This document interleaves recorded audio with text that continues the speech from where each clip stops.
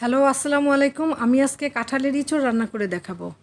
আর কাঁঠালের ইঁচড় আসলে অনেকে নাও চিনতে পারেন, মানে কাঁচা কাঁঠালের তরকারি। এটাকে ফরিদপুরের লোকজন কাঁঠালের ইঁচড় বলে। আমি এখানে 2 পিস কাঁঠাল নিয়েছি। এই মালয়েশিয়াতে কিনতেই পাওয়া যায় কাঁঠাল, কাটা প্রসেস করা তৈরি করে। আমি এটাকে জাস্ট কুটে বেছে নিছি। ওরা ওরা ছিলা অবস্থায় বিক্রি করে কেজি হিসাবে। এখানে আমি ছিলে বেছে আর সিদ্ধ করে নিছি, লবণ হলুদ দিয়ে সিদ্ধ করে নিছি। আমি একটা ফ্রাই প্যানে প্রয়োজন মতো তেল নেই।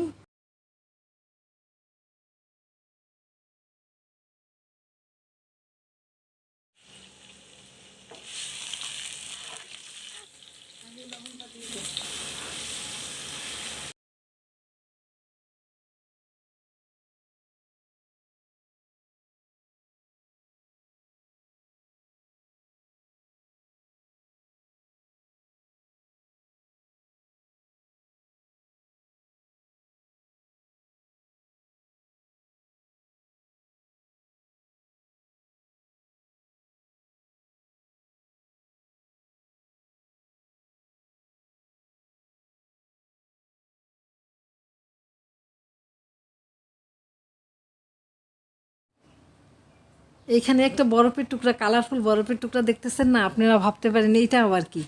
এইটা আসলে চিংড়ি মাছের মাথা পাটা থাকে, সেগুলো আমি ব্লেন্ড করে ছেঁকে রসটা আমি ফ্রিজে রেখে দিছিলাম।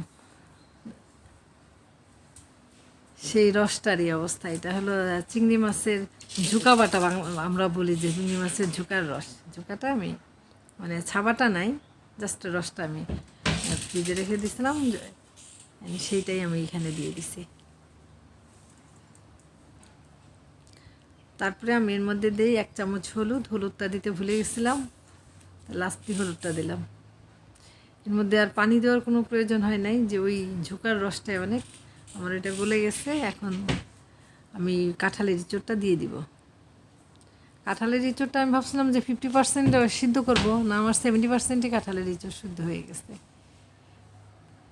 আমার রান্না করতে অবশ্য বেশি সময় লাগবে না, কিন্তু এই মশলার মধ্যে সিদ্ধ করলে মশলাটা ভালো যায়, তাছাড়া এমনিও যাবে ইনশাল্লাহ। এখন এই কাঁঠালের ইঁচড়গুলো আমি যে চিংড়ি মাছের সেইটা করছি, যে সে ভুনাটার মধ্যে কাঁঠালের ইঁচড়টা ভালো করে আমি কষায় নেব। আমি জালটা একটু মিডিয়াম আঁচে দিচ্ছি, হাই হিট দিইনি। হাই হিট দিলে তাড়াতাড়ি রসটা চলে যাবে দেখে আমি হালকা হিটে চিংড়ি মাছের সাথে কাঁঠালের ইঁচড়টা সুন্দর করে কষায় নেব। কষায় আমি 10 মিনিটে ঢেকে রাখবো। তারপরে আমি আবার ঢাকনাটা তুলে আমি এর মধ্যে প্রয়োজন মতো পানি দিই। এখানে পানির বদলে আপনারা নারকেলের দুধও দিতে পারেন। আমি নারকেলের দুধটা ইউজ করি নাই।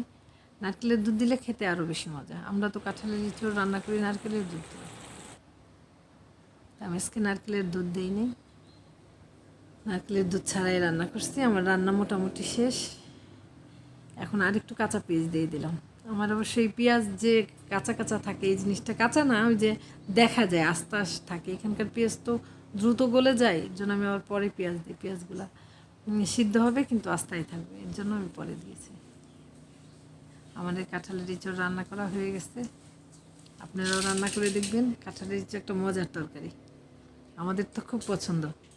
আমাদের কি, ফরিদপুরের মানুষ আমার বিশ্বাস সবারই কাঁঠালের তরকারি। দেখেন কালারটাও সুন্দর আসছে।